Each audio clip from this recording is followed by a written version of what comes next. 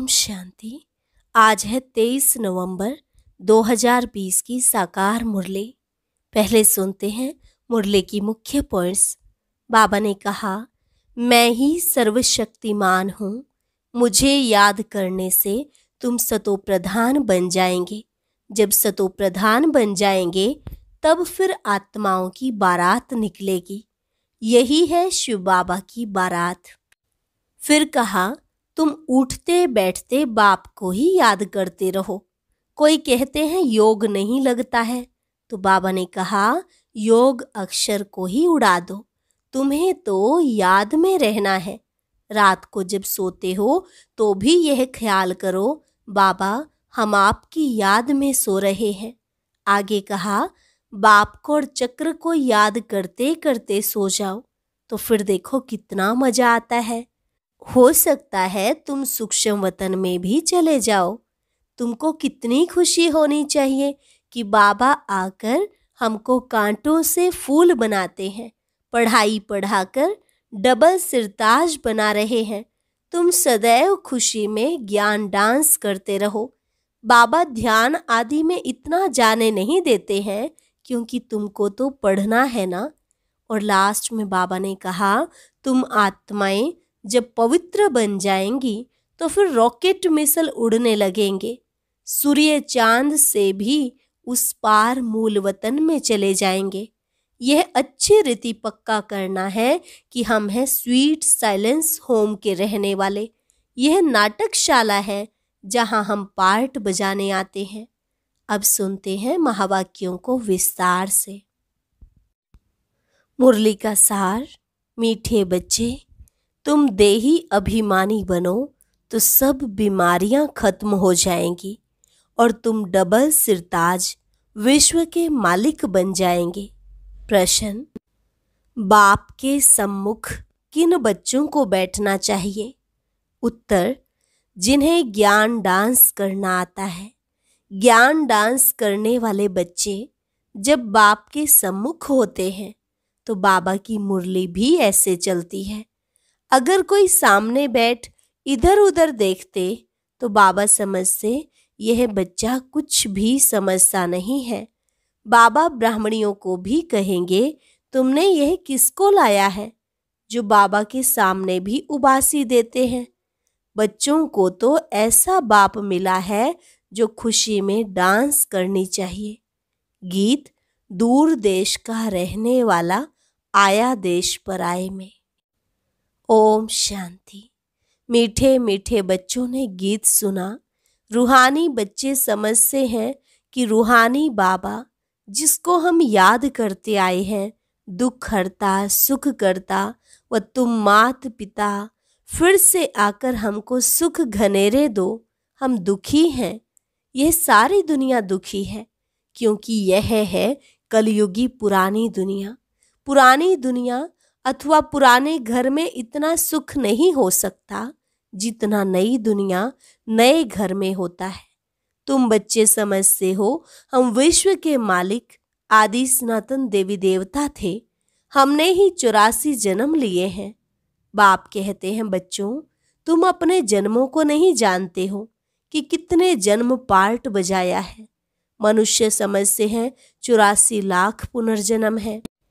एक एक पुनर्जन्म कितने वर्ष का होता है? 84 लाख के हिसाब से तो सृष्टि चक्र बहुत बड़ा हो जाए।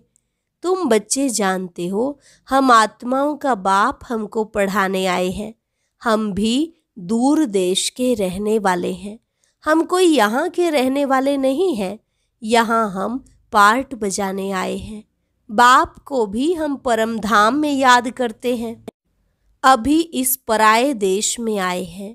शिव को बाबा कहेंगे, रावण को बाबा नहीं कहेंगे, भगवान को बाबा कहेंगे। बाप की महिमा अलग है, 5 विकारों की कोई महिमा करेंगे क्या? देह अभिमान तो बहुत बड़ी बीमारी है। हम देही अभिमानी बनेंगे तो कोई बीमारी नहीं रहेगी। हम विश्व के मालिक बन जाएंगे। यह बातें तुम्हारी बुद्धि में है। तुम जानते हो शिव बाबा हम आत्माओं को पढ़ाते हैं। जो भी और इतने सत्संग आदि हैं, कहाँ भी ऐसे नहीं समझेंगे कि हमको बाबा आकर राजयोग सिखलाएंगे, राजाई के लिए पढ़ाएंगे। राजा बनाने वाला तो राजा ही चाहिए ना। सर्जन पढ़ाकर आप समान सर्जन बनाएंगे। अच्छा, डबल सिरताज बनाने वाला कहाँ से आएगा जो हमको डबल सिरताज बनाए। इसलिए मनुष्यों ने फिर डबल सिरताज श्री कृष्ण को रख दिया है। परंतु कृष्ण कैसे पढ़ाएंगे? जरूर बाप संगम पर आए होंगे, आकर राजाई स्थापन की होगी। बाप कैसे आते हैं यह तुम्हारे सिवाय और कोई की बुद्धि में नहीं होगा। दूर देश से बाप आकर हमको पढ़ाते हैं, राजयोग सिखलाते हैं। बाप कहते हैं मुझे कोई लाइट व रतन जड़ित ताज है नहीं, वे कभी राजाई पाते नहीं, डबल सिरताज बनते नहीं, औरों को बनाते हैं। बाप कहते हैं हम अगर राजा बनता तो फिर रंक भी बनना पड़ता। भारतवासी राव थे, अब रंक है। तुम भी डबल सिरताज बनते हो तो तुमको बनाने वाला भी डबल सिरताज होना चाहिए, जो फिर तुम्हारा योग भी लगे। जो जैसा होगा ऐसा आप समान बनाएगा। सन्यासी कोशिश कर सन्यासी बनाएंगे। तुम गृहस्थी वह सन्यासी, तो फिर तुम फॉलोवर्स तो ठहरे नहीं। कहते हैं फलाना शिवानंद का फॉलोवर है, परंतु वह सन्यासी माथा मुड़ाने वाले हैं। तुम तो फॉलो करते नहीं, तो तुम फिर फॉलोवर क्यों कहते हो? फॉलोवर तो वह जो झट कपड़ा उतार कर कफनी पहने। तुम तो ग्रस्त व्यवहार में विकारों आदि में रहते हो, फिर शिवानंद का फॉलोवर्स कैसे कहलाते हो? गुरु का तो काम है सदगति करना। गुरु ऐसे तो नहीं कहेंगे कि फलाने को याद करो, फिर तो खुद गुरु नहीं हुआ। मुक्ति धाम में जाने के लिए भी युक्ति चाहिए। तुम बच्चों को समझाया जाता है तुम्हारा घर है मुक्ति धाम अथवा निराकारी दुनिया। आत्मा को कहा जाता है निराकारी सोल। शरीर है 5 तत्वों का बना हुआ। आत्माएं कहाँ से आती हैं? परम धाम निराकारी दुनिया से। वहाँ बहुत आत्माएं रहती हैं, उनको कहेंगे स्वीट साइलेंस होम।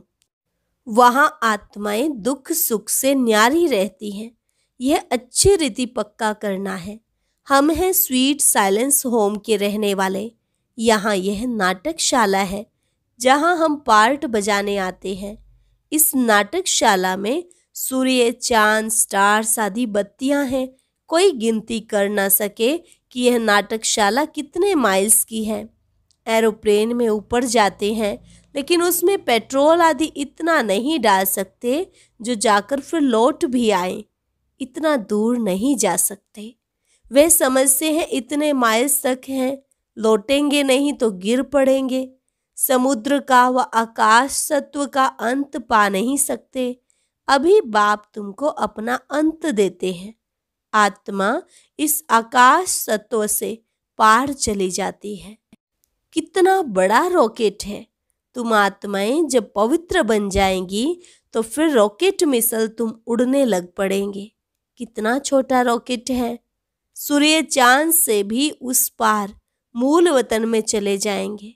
सूर्य चांद का अंत पाने की बहुत कोशिश करते हैं। दूर के स्टार्स आदि कितने छोटे देखने में आते हैं तो बहुत बड़े। जैसे तुम पतंग उड़ाते हो तो ऊपर में कितनी छोटी छोटी दिखाई पड़ती हैं।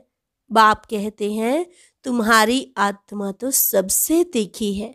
सेकंड में एक शरीर से निकल दूसरे गर्भ में जाए प्रवेश करती है। किसका कर्मों का हिसाब किताब लंदन में है तो सेकंड में लंदन जाकर जन्म लेगी। सेकंड में जीवन मुक्ति भी गाई हुई है ना। बच्चा गर्भ से निकला और मालिक बना, वारिस हो गया। तुम बच्चों ने भी बाप को जाना, गोया विश्व के मालिक बन गए। बेहद का बाप ही आकर तुमको विश्व का मालिक बनाते हैं। स्कूल में बैरिस्ट्री पढ़ते तो बैरिस्टर बनेंगे। यहाँ तुम डबल सिरताज बनने के लिए पढ़ते हो।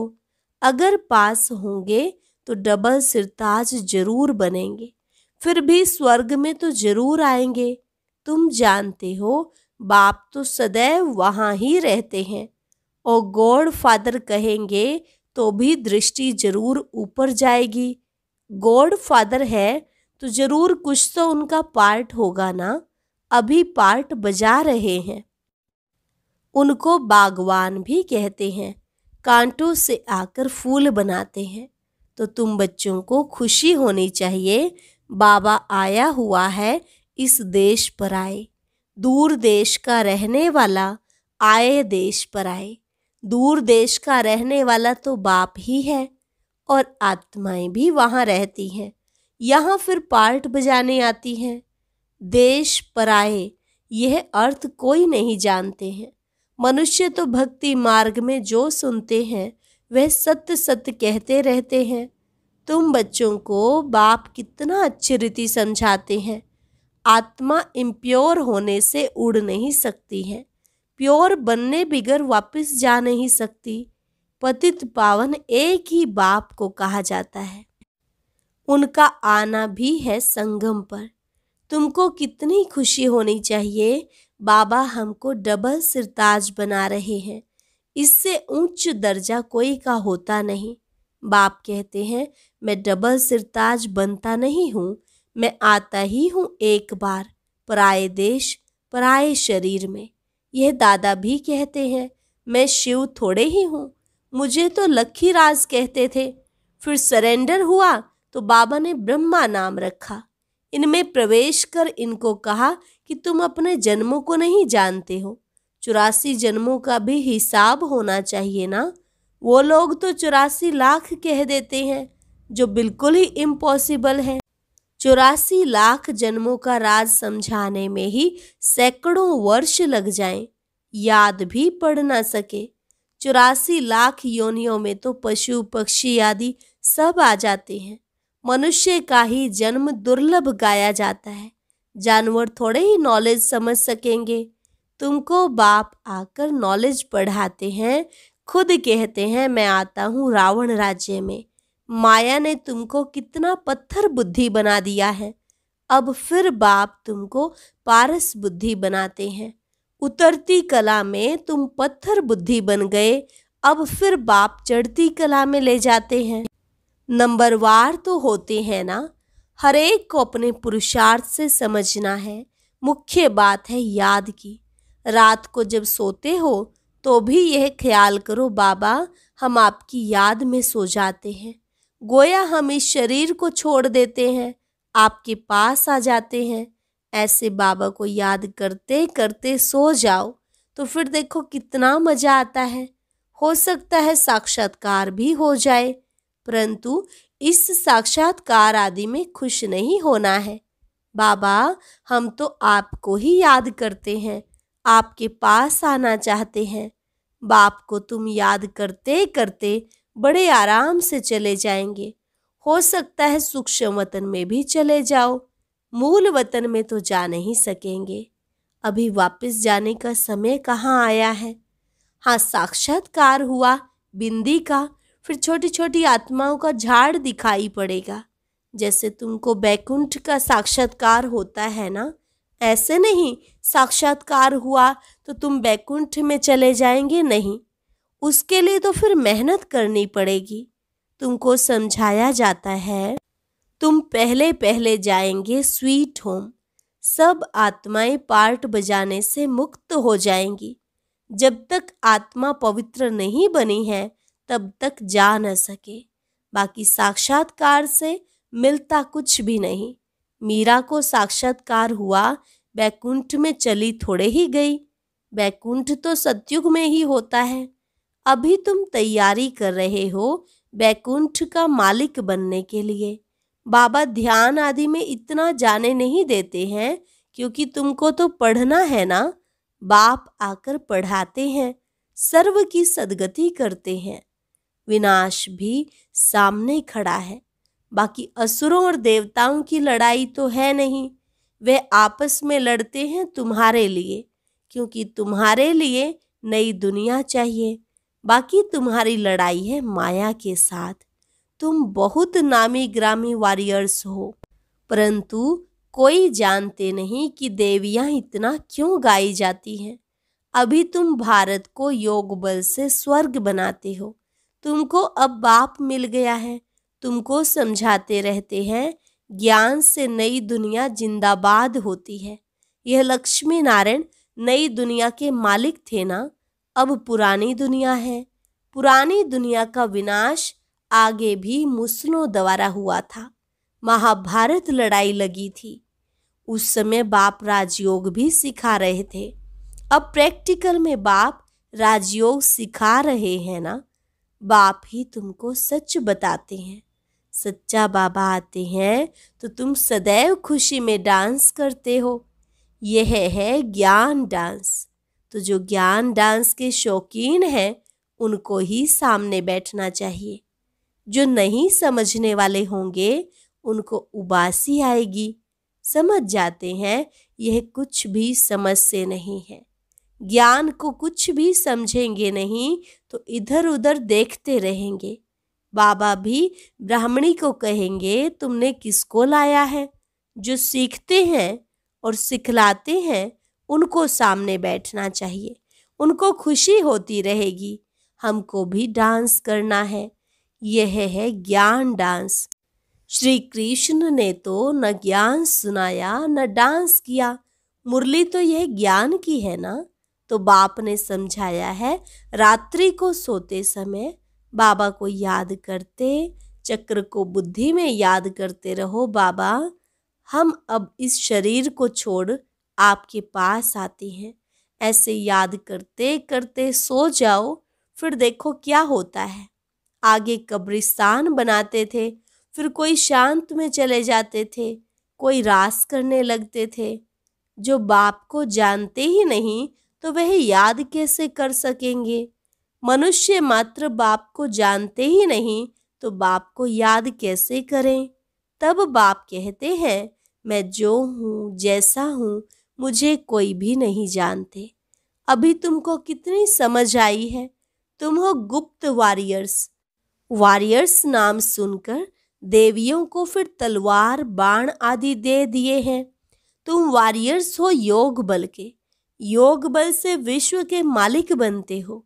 बाहुबल से भल कोई कितनी भी कोशिश करे परंतु जीत पा नहीं सकते। भारत का योग मशहूर है। यह बाप ही आकर सिखलाते हैं। यह भी किसको पता नहीं है। उठते बैठते बाप को ही याद करते रहो। कहते हैं योग नहीं लगता है। योग अक्षर उड़ा दो। बच्चे तो बाप को याद करते हैं ना। शिव बाबा कहते हैं मामेकम याद करो। मैं ही सर्वशक्तिमान हूँ। मुझे याद करने से तुम सतो प्रधान बन जाएंगे। जब सतो प्रधान बन जाएंगे तब फिर आत्माओं की बारात निकलेगी। जैसे मक्खियों की बारात होती है ना, यह है शिव बाबा की बारात।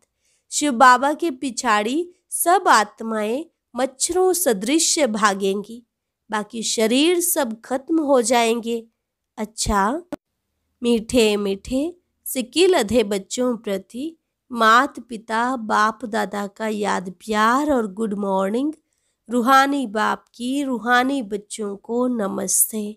रूहानी बच्चों की रूहानी बाप दादा को नमस्ते नमस्ते गुड मॉर्निंग। धारणा के लिए मुख्य सार। पहली पॉइंट, रात को सोने से पहले बाबा से मीठी मीठी बातें करनी है। बाबा हम इस शरीर को छोड़ आपके पास आते हैं, ऐसे याद करके सोना है। याद ही मुख्य है। याद से ही पारस बुद्धि बनेंगे। दूसरी पॉइंट, 5 विकारों की बीमारी से बचने के लिए देही अभिमानी रहने का पुरुषार्थ करना है। अथाह खुशी में रहना है। ज्ञान डांस करना है। क्लास में सुस्ती नहीं फैलाना है। वरदान, त्रिकालदर्शी स्टेज द्वारा व्यर्थ का खाता समाप्त करने वाले सदा सफलता मूर्त भव। त्रिकालदर्शी स्टेज द्वारा व्यर्थ का खाता समाप्त करने वाले सदा सफलता मूर्त भव। त्रिकालदर्शी स्टेज पर स्थित होना अर्थात हर संकल्प, बोल, व कर्म करने के पहले चेक करना कि यह व्यर्थ है या समर्थ है। व्यर्थ 1 सेकंड में पद्मों का नुकसान करता है, समर्थ 1 सेकंड में पद्मों की कमाई करता है। सेकंड का व्यर्थ भी कमाई में बहुत घाटा डाल देता है, जिससे की हुई कमाई भी छिप जाती है। इसलिए एक कालदर्शी हो कर्म करने के बजाय त्रिकालदर्शी स्थिति पर स्थित होकर कर्म करो तो व्यर्थ समाप्त हो जाएगा और सदा सफलता मूर्त बन जाएंगे। स्लोगन: मान, शान और साधनों का त्याग ही महान त्याग है। मान, शान और साधनों का त्याग ही महान त्याग है। अच्छा, ओम शांति। एक जरूरी सूचना पूरे ब्राह्मण परिवार के लिए बहुत अच्छी खुशखबरी है।